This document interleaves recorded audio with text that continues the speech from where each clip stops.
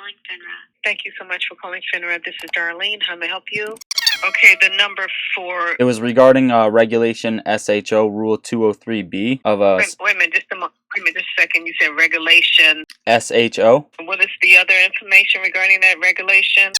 Okay, just a moment. Let me research to see who would assist you with that. Just a moment, please. Okay, thank you. So do you need rule interpretation? No, I just had a question about a stock that is over the ruling limit and what consequences would be further from that. Are you with a firm or just individual investor? Individual. Okay, can you hold, please? Yes. Okay, so that would be the Security Exchange Commission that you would need to speak with regarding that rule. Let me provide you their phone number. You have reached the Office of Interpretation and Guidance for the Division of Trading and Markets at the Securities and Exchange Commission. Message at the tone. Hello, an individual investor about a rule that you guys have, Regulation SHO Rule 203B, when a failed to deliver position should be forcefully covered on a lit market after 13 consecutive days of being on a failed to deliver list. In quotes, the rule states that a participant of a registered clearing agency that has a failed to deliver position at a registered clearing agency in a threshold security for 13 consecutive settlement days must immediately close out that failed to deliver position by purchasing shares of like kind and quantity as stipulated in Regulation SHO Rule 203B. Now my question was for a specific ticker, AMC. It's AMC Entertainment Holdings. You may or may not have gotten calls about this before, but this isn't the first time, and I was just wondering what the consequences would be and how a given security can be on longer than 13 days, because now it's about 27 days. And I know also that they would have to purchase, like it says in the ruling, shares of like kind and quantity as stipulated, which normally would reflect in the price action, but last time it was on for nearly 30 days. There was no reflection in price action, so I don't know if there's a loophole around this or what the consequences are or how it can last longer than 13 days. But if you guys can get back to me, either phone number or email, that's perfectly fine. Thank you. Alright guys, well, I did my best. I called FINRA. I called the SEC. AMC has been on the failed to deliver list, the threshold securities list, for about 27 days now, and finally Adam Aron put out another tweet that I missed for the video that I just put up. He states, in quotes, "Many of you are incensed by the high number of failed to deliver AMC shares, and that AMC has been again on the threshold securities list for multiple weeks. We repeatedly have gone to the NYSE and FINRA and did so again in July to put and keep this entire situation on the radar." Now, last time he went to the NYSE for this, he said, "Hey, listen, this stock had 43 million FTDs.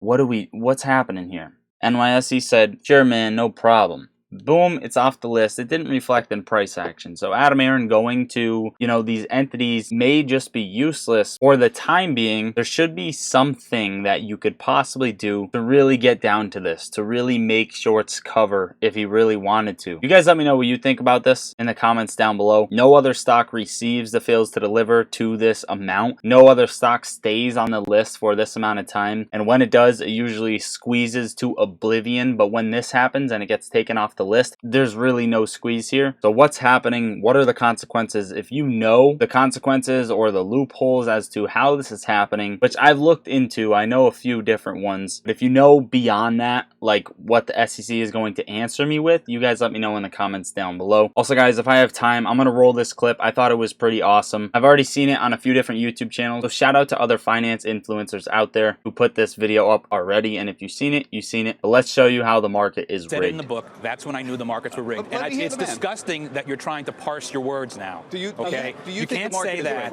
You are quoted that way in the book, but let's walk through an example. Do you believe it or not? Because you said it. Let me walk you through an example. It's a yes or no question. Do you believe it or not? I believe the markets are rigged. Okay, so there you go. And I also think that you're a part of the rigging. So if you want to do this, let's do this. I really do.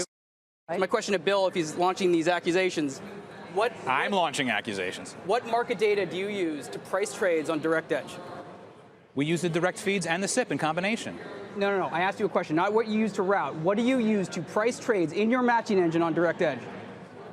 We use the direct feeds. No. Yes, we do. And let me talk. Look, you had a 300-page commercial, okay? So let me talk. We use direct feeds to price trades. We are not as fast as the fastest HFTs.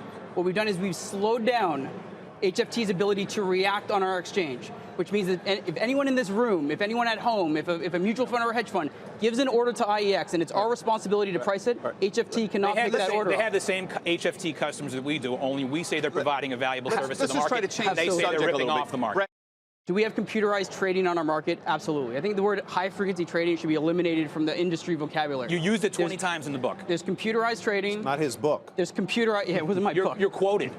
Computerized trading and computerized scalping. People can trade with computers, they will till the end of time. People use computers to scalp. They've always looked to game the markets. You cannot scalp trades. You cannot scalp orders that are on IEX. It's great to see Bill instantly throw at Brad the idea that he's doing all this to promote a business model. Well, he said that, and he also said, "Shame on you." How do you react to that? I'll say it again. So I think he's outrageous. I think he's part of the problem. Are you an investor in Brad's exchange? No. Michael? I'm just asking for full disclosure. Call me absolutely Cookie. not. I'm being a journalist. Are you insane?